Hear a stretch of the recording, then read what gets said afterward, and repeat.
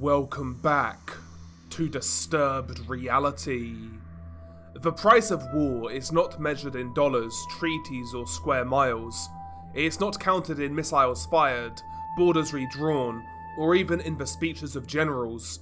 The true price of war is counted in graves, in vacant chairs at dinner tables, in the silence left behind by laughter that never returns. It is tallied in the eyes of a mother who will never see or hold her child again, and in the 1,000-yard stares of soldiers who returned but never truly came back. War does not discriminate in the debts it demands. It calls for the brave and the innocent, the willing and the unknowing. It takes sons from mothers, fathers from children, and futures from lovers. It demands pieces of people, sometimes skin, sometimes limbs, sometimes memories, sometimes the very core of who they are. Its currency is trauma, and it spends lavishly. Nations go to war under flags, colourful fabric raised high, stitched with symbols that promise purpose, unity and glory. But at the end of it all, those same flags are folded neatly and handed to the next of kin, a final salute to a life traded for ideals. Behind every ceremony, behind every folded flag is a story not told in the history books. A 19-year-old who wrote poetry, a medic who sang songs to the wounded, a translator who dreamed of becoming a teacher. War reduces these stories to bullet points, a casualty, a missing person, collateral damage. It compresses the infinite depth of human life into bureaucratic summaries and sterile obituaries. The cost is personal. It's weddings postponed forever. It's a half-written letter never sent. It's the voicemail a parent listens to every night just to hear the voice of a child gone too soon. We often imagine war as something that happens over there, on battlefields far from home, in deserts or jungles or frozen hills. But war's reach is long. It follows soldiers home, whispering into their nightmares. It nestles in their bones, in the ringing of ears long after the explosions stop. It changes neighbourhoods when someone comes back different, or doesn't come back at all. It lives in refugee camps in cities bombed into history, in children who have seen far too much too young. It lingers in the empty schools, the burned libraries and the broken hospitals. War is a thief that robs not only the present, but poisons the future. And sometimes the war doesn't end when the guns fall silent. It continues in the minds of those who fought, in the policies that follow, in the next generation raised on pain and memory. They say that war is sometimes necessary, that it defends freedom, rights wrongs, or secures peace. Maybe. But even when war is fought for the most righteous of causes, the price does not shrink. A justified war is still a hell of a lot of broken bodies and broken hearts. The truth? Even when war is won, it never really is. The scars don't fade, the dead don't rise, the innocence lost does not return. Victory is an illusion, a word we stamp on the last chapter of a tragedy and call it closure. But closure is not what a war leaves behind. Far from it. It leaves questions, regrets, ifs, what could have beens. It leaves children in fatigues, grown old before they've lived.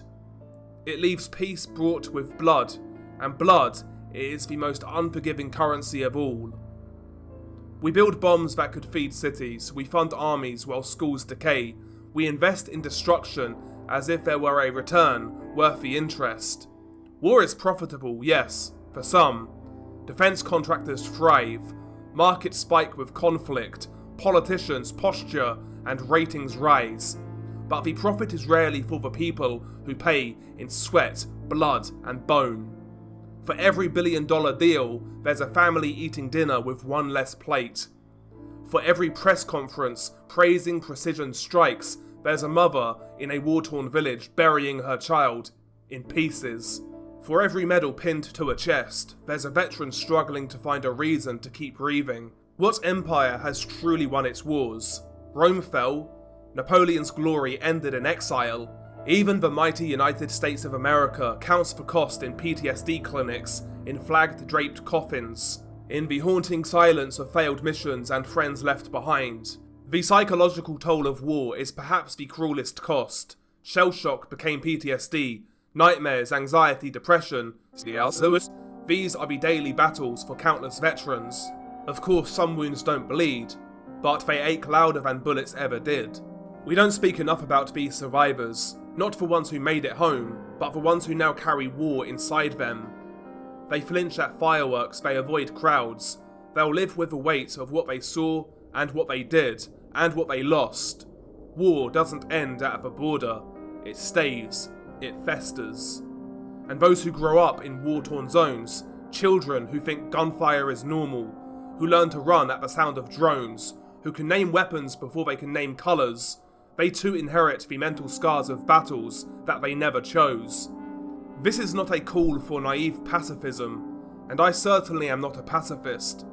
It's just a reminder that war is not a game, not a solution to be reached for easily, not a headline to scroll past. It's a human catastrophe dressed in political posture and language. Let us be slower to choose war and quicker to remember its toll. Let us build memorials, yes, but also schools and hospitals. Let us honour the fallen, not just with wreaths, but with policies that prevent the next needless death. I think this is poignant in 2025. Let us remember that diplomacy is not weakness, and peace is not cowardice. And most of all, let us not forget those who paid the price and who still pay it and are still paying it. The war widows, the fatherless, the shell-shocked, the displaced, the disillusioned. They are the real cost and they deserve more than our silence. The price of war is not only in what is lost, but what could have been. Every soldier buried is a life unlived, a song unsung, a discovery unmade, a love story unwritten.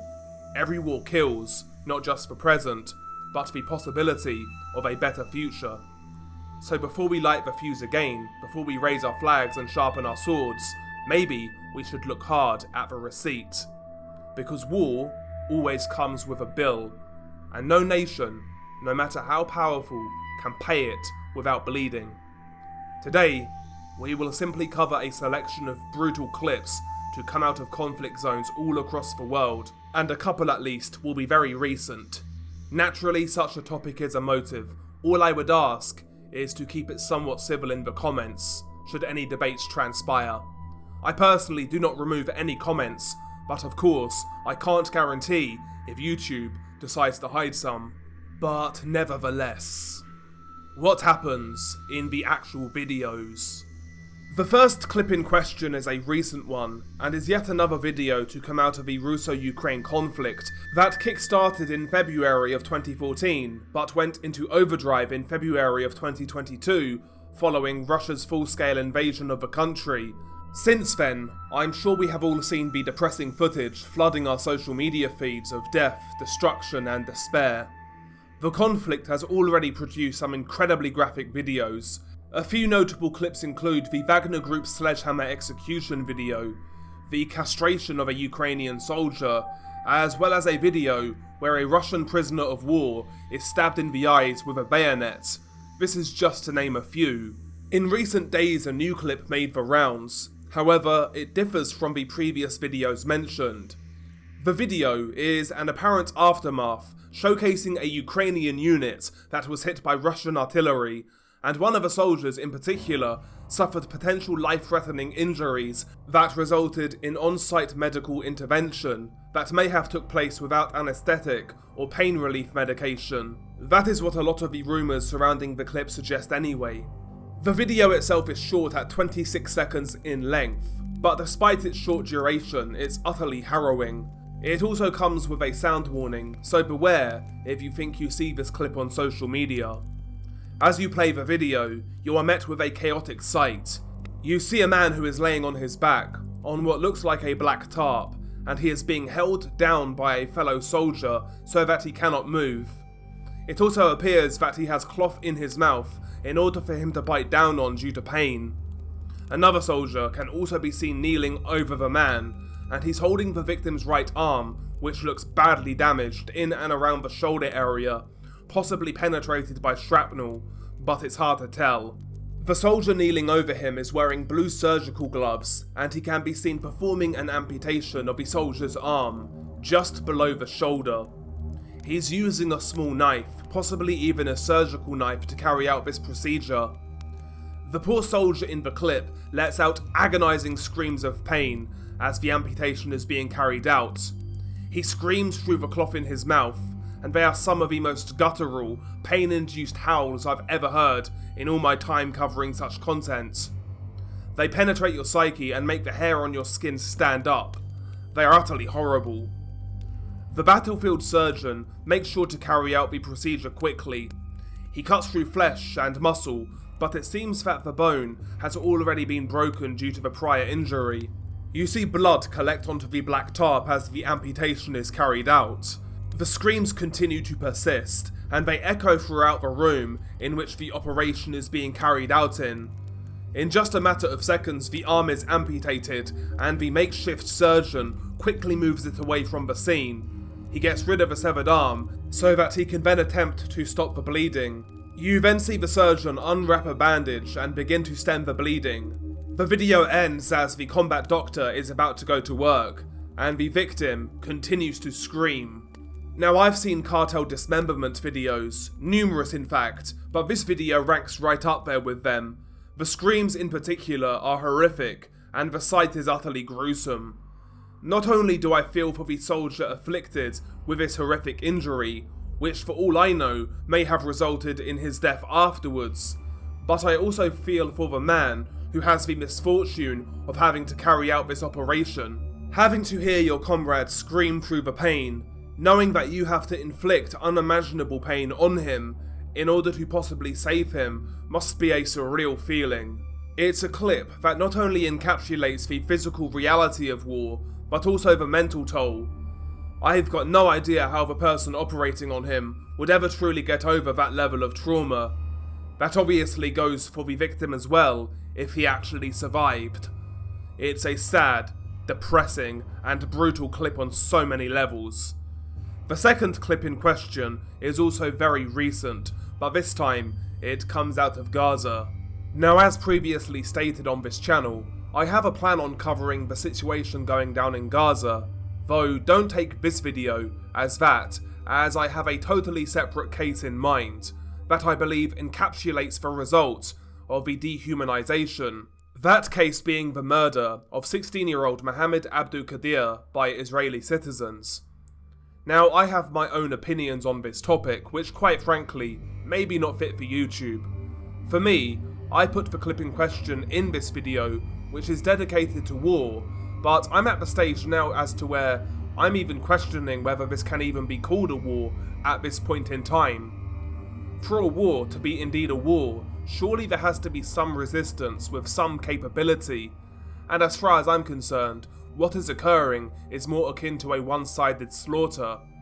The population of Gaza, of course, is extremely dense, 1/4 the size of London, where roughly 2.14 million people live, crammed on top of one another.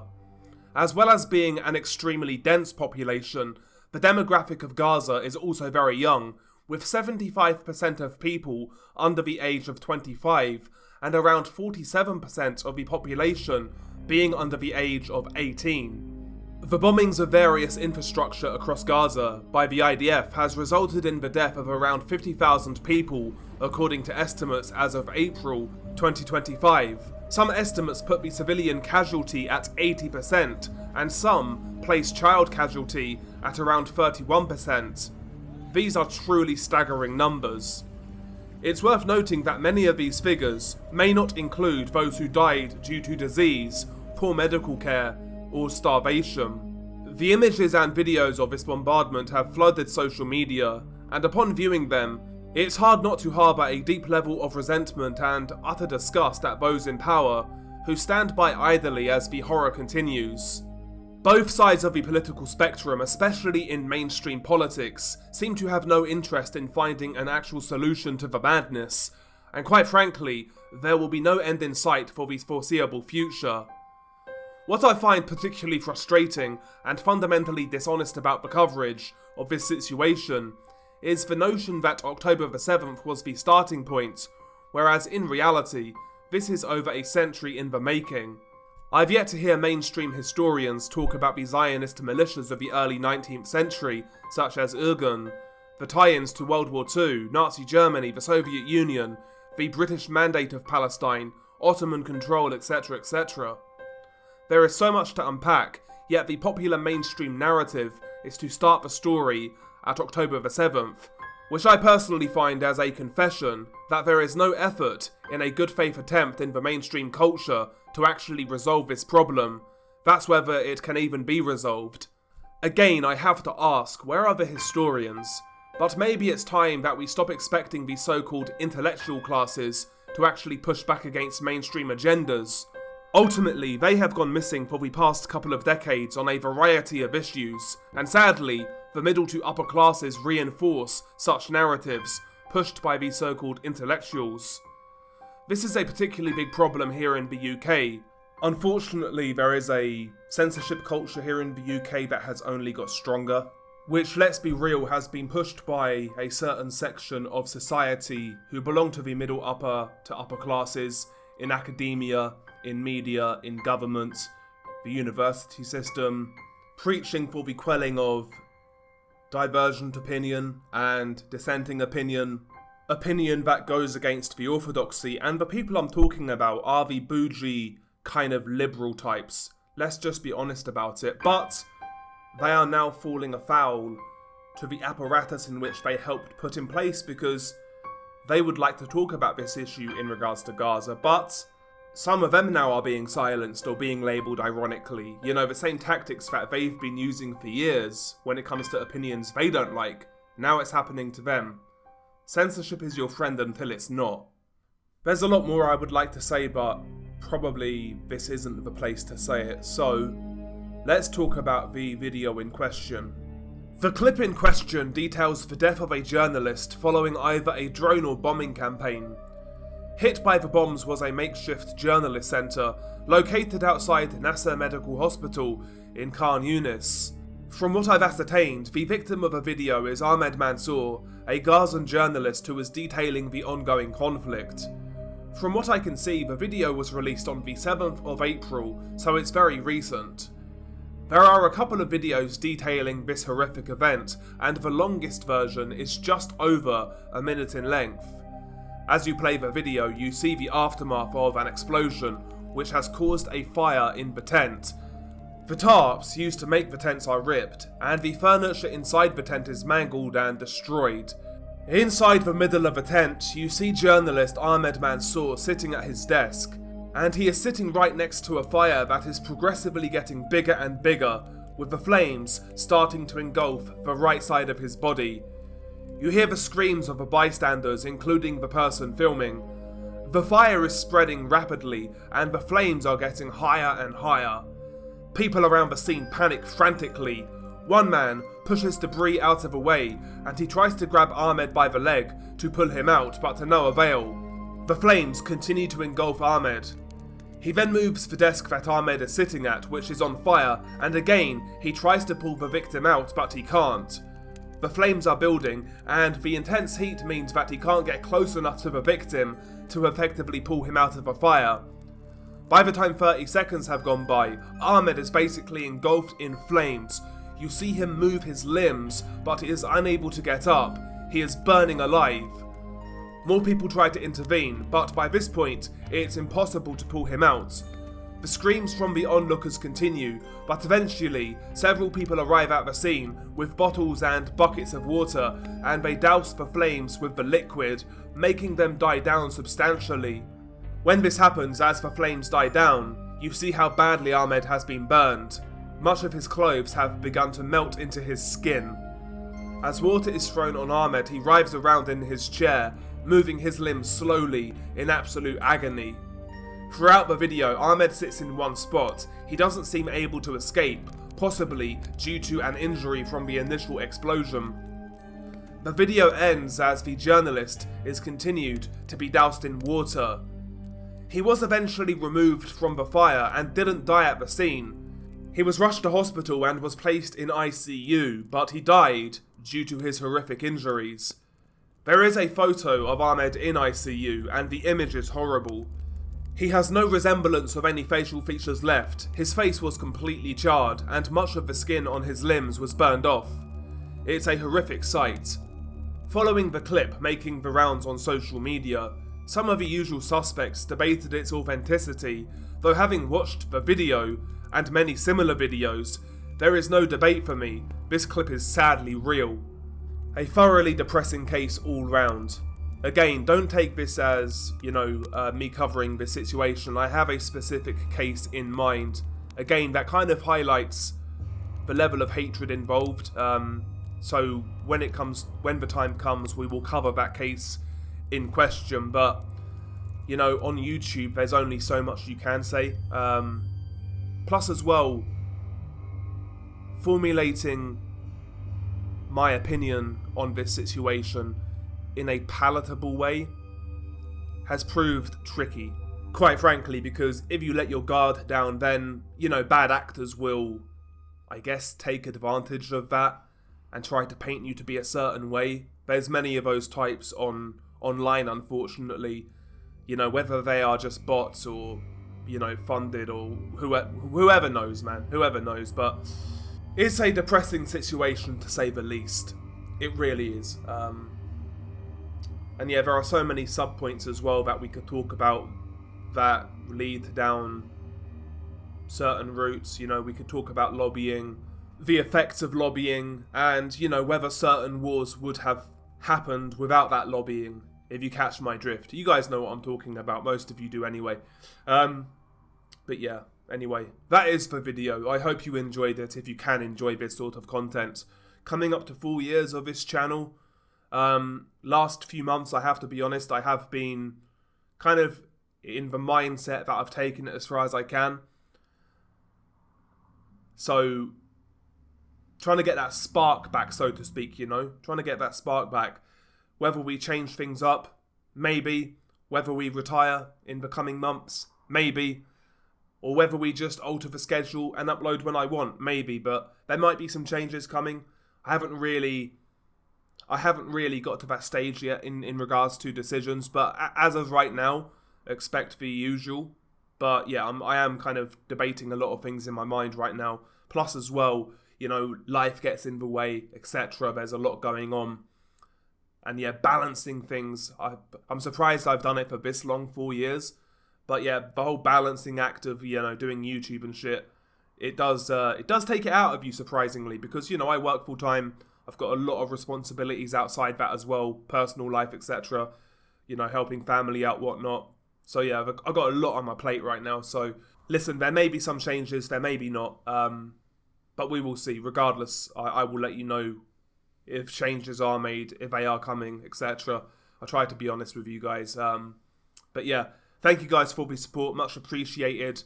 If you're new here, smash like, hit subscribe. Links to my Twitter, Twitch will be in the pinned comments below. All that good stuff. But as always, stay safe, and I'll catch you on the next one.